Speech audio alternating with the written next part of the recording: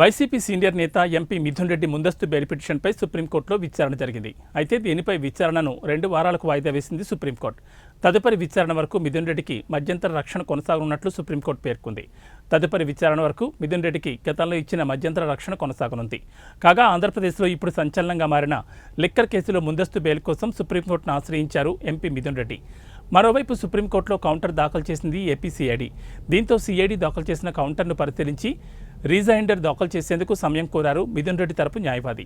ఇక లిక్కర్ కేసులో మిథున్ రెడ్డి సిఐడి ముందు విచారణకు హాజరయ్యారని కోర్టు దృష్టికి తీసుకెళ్లారు సీనియర్ అడ్వకేట్ అభిషేక్ సింఘ్వి. మిథున్ రెడ్డి విచారణ సందర్భంగా సరిహద్దుల్లో ఉన్న ఉద్రిక్త పరిస్థితులు కనిపించాయని పేర్కొన్నారు అభిషేక్ సింఘ్వి. అయితే ఎంపీ మిథున్ రెడ్డి ముందస్తు బెయిల్పై విచారణను 2 వారాలకు వాయిదా వేసింది సుప్రీంకోర్టు.